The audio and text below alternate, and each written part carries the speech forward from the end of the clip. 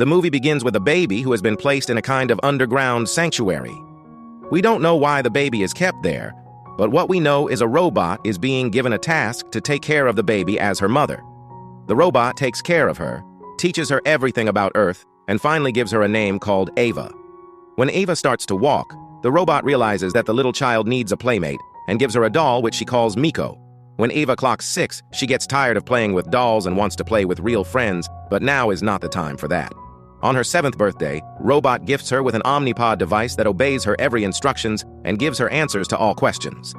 Ava commands it to open the door to the sanctuary so she can play with real friends, but the device tells her she can only be able to leave the sanctuary if she passes her final test. Robot takes Ava to meet a hologram who calls himself Cadmus, who is here to explain why she can't go to Earth now. Cadmus reveals to be the one who helped create the underground sanctuary she's living in right now. He explains that it wasn't safe for people to leave on the surface anymore. The Earth was very sick, and it needed time to get better without the humans. So lots of kids like her were being raised on an underground sanctuary to keep them safe and train them to face what is to come on Earth. Ava is trained on how to climb walls, how to plant, how to cook, calculations, and so on. Few years later, when Ava turns 16, Robot tells her the time has come for her to take the test, which determines if she's ready to go to the surface or not. Ava is nervous, but something that has never happened before occurs. She hears a strange noise from a restricted passageway and decides to know what's in there. She breaches the door security, and when she wanders around this passageway, she finds a write-up telling Ava to find her. She finds a tight hole that leads to the surface, but is disappointed she can't pass through. But her sadness turns to joy when she sees a creature close by. She shouts so the creature can help her out of the sanctuary, but things didn't go as she expected as the creature shoots a gun at her. Ava runs away back inside the sanctuary and fears the creature chases her.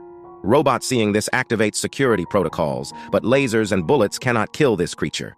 With no other choice, Robot decides to open the door to the surface for Ava to escape, while she decides to stay behind to hold off the creature. Ava, who is now finally on the surface, runs inside the forest but falls unconscious. When she wakes up in the morning, Ava discovers that she is in a world unlike anything she expected.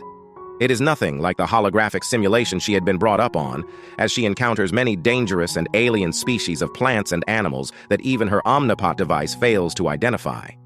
While looking for food, she sees a person and runs to him. She gets trapped by a gigantic plant, but she gets saved by the person she was running after, who turns out not to be a human, but an alien. She is scared at first, but as the alien removed the plant trap on her leg and drinks its water, she realizes it means no harm to her. The alien name is revealed to be Rovender. Ava tries to communicate with him, asking if it has seen any human like her, but as soon as the alien finished drinking, it goes away, ignoring her every question. While she begs Ravender to at least talk to her, Ravender closes her mouth, sensing the presence of a Steel the Hunter beast. The beast captures them with his gun and hangs them upside down on a tree. Ava figures out a way to free herself, and to her surprise, she sees her robot mother at the beast camp. She also sees a captured large behemoth in the camp called Otto, who doesn't talk but speaks to Ava through her mind. He promises to be friendly to her if she frees him. Ava frees Otto, and it decides to serve as distraction as the beast chases it into the forest, which gives Ava the chance to free Ravender as well. Ava carries her unconscious robot mother in her arm, looking for a way to escape, but the beast confronts them. Otto quickly places them all on his back while being chased by the beast. Unfortunately, they got to a dead end with no way to escape, but Otto decided to jump down the cliff to dodge a shot from the beast gun. Ava's surprise, Otto can actually fly, but Otto tells her he isn't flying but just gliding. He takes him far away from the beast, and she happily thanks him for his help, but all problems is not solved, as her robot mother is still unconscious. She tries to search Rovender bag to find something that can get her mother's bod reconnected, but Rovender stops her. Instead, he gives her a gum. When Ava puts the gum in her mouth, she begins to understand Rovender language. He gave it to her only to tell her to be quiet as she talks too much. Her robot mother wakes up but suddenly attacks Ravender, seeing him as a threat. But Ava explains to her everything. Ava finds a patch on Ravender clothing which she believes belongs to the humans. Ravender tells her he found it in a shop in a town called Lacus. She makes a deal with him, which is to give him her Omnipod device, which she can sell in exchange for leading them all to Lacus. As they begin their journey to Lacus, Ava hears a cry for help somewhere in the forest and traces the sound. She sees a baby stand sniper whose claws is caught in a trap. Ravender warns her not to go close to it because it's dangerous, and its mother might be somewhere close by. Eva doesn't mind taking the risk to save its life, but when she tries to do so, the hunter beast shows up, forcing them all to go into hiding. The beast captures the baby sniper, and upon not seeing anyone else around, it flies away. They finally arrive at Lacus, the most beautiful place Eva has seen so far on this planet. Ravender tells them they won't be welcomed in this place because they are not citizens. But fortunately, there is a spiderfish race going on today. So the citizens won't notice them, but he covers them with Lacus attires just in case, while Otto is told to wait outside. They finally found the shop in Lacus, where Rovender got the patch from. Eva asks the shop owner called Caruncle, who once sold the patch to Rovender, to tell them where he got it from. But as a businessman he is, Caruncle refuses to give them any answers unless they pay 500 shellacs. Seeing they don't have the money, he bounces them out of his shop. As Eva thinks on how she is going to get 500 shellacs, a citizen in Lacus suggests she can bet on spiderfish races to get the money. She goes to register for the race, but having no valuable items at hand, Eva had to take the risk to place her robot mother on the bet. If she loses, neither will she get the money, nor her robot mother back. Eva mistakenly picks the slowest spiderfish for the race, making Rovender so sure that she is going to lose. When the race begins, her spiderfish was losing at first, but Eva finds a way to communicate with it through her mind to motivate it. Her spiderfish wins the race. Winning the race means winning the bet, so Eva is able to win the 500 shellacs, and her robot mother is giving back to her. She gives Rovender the money for safekeeping, as tomorrow morning they will go to Caruncle's shop and pay him for the information she needs. Night has arrived, and the hunter bees can find them any moment, so Robot suggests they find shelter. Rovender knows just a place as he takes them to his brother's place called Fiskeen, who has a lovely wife called Hostia, and 2 kids who are so happy to see Ravender, their uncle. While the kids play, Eva hat falls off, leaving Ravender relative shocked, realizing she's a human. Ravender explains how he found her and assures them that she means no harm. After they had dinner, Ravender decided to go somewhere for the night, but promised to return in the morning, leaving Eva and Robot at the house. Hostia tells Eva that seeing Ravender with her is the first time she has seen him almost smile. Ravender used to be always happy, but everything changed when he lost his family. Later that night, the kid shows Eva a room to sleep for the night. They told her about Darius, someone who knows a lot about humans, and shows her where she stays. At midnight, Eva sneaks out and climbs up to Darius's house. When she enters it, she meets Darius, who turns out to be a magician and the giver of answers. But he only gives answers on what has already happened. But before he gives answers to anyone, they must present him with a gift. Darius asks for her happy memories, which Eva didn't hesitate to give. Darius then decides to answer her questions on where the humans are. He reveals that this planet was once called Earth. He tells a story on how he arrived on Earth with his fellow alien species, led their king, Oho, who perceived the planet to be an open plain, rid with the potential of life. But the humans attacked and killed almost all of them, but didn't stop, as Darius says they destroyed the planet and buried themselves with it. The remaining alien survivors decides to rebuild the planet and changes it from Earth to what they call Orbona. Eva could not believe the humans could do this. Darius looks at her happy memories and is angry to discover Eva is a human, the kind who hunted them down. He furiously orders her out of his house, calling her a monster. Eva is sad that her kind would do such terrible things. They were supposed to rebuild the planet, but Darius said they destroyed it. While she cries, feeling she might be the only human, she remembers the patch which she believes belongs to a human, and goes to find out where it came from. They were supposed to use to pay Caruncle for informations. Ravender doesn't want to help her on her quest, and tells her to be on her own from now on. Eva goes alone to meet Caruncle with half the money. She has no choice but to reveal she's a human, saying she can tell him the usefulness of every human item in his shop if he tells her where he got the patch from. Caruncle tells her he got the patch from Solace, the capital of this planet.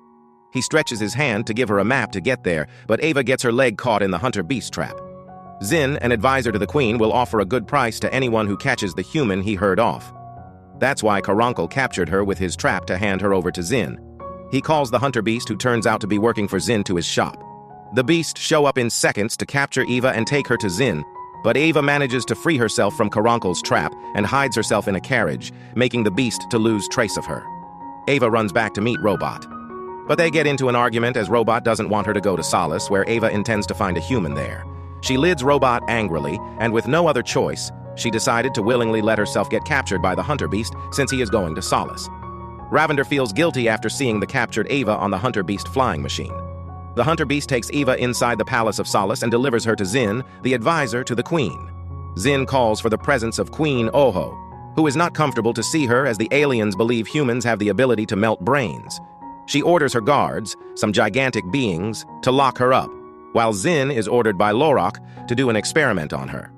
Eva escapes from the guards and runs away. She meets Queen Oho, who is about to call the guards, but Eva threatens to melt her brain if she does, although in her mind, it's not something she can actually do. After a little conversation, Queen Oho learned that Eva is not actually bad as what she was told humans are, and they become friends. The queen takes Eva to a place in the palace where her dad, the former king, stored different ancient human artifacts. Her father loved all the things humans made, that's why he stored them here. Queen Oho explained to Eva that she has no power in the palace. After the king died, the powers was placed in the hands of this alien called Lorok until the queen finishes her education. Queen Oho, who sees Eva as her first and only friend, decided to assist her in finding other humans. She takes Eva to a place where she stored one of the most greatest human artifact, a car, which she calls the goldfish. She tells Eva to take the car and use it to find her people. But Zin and Lorak shows up.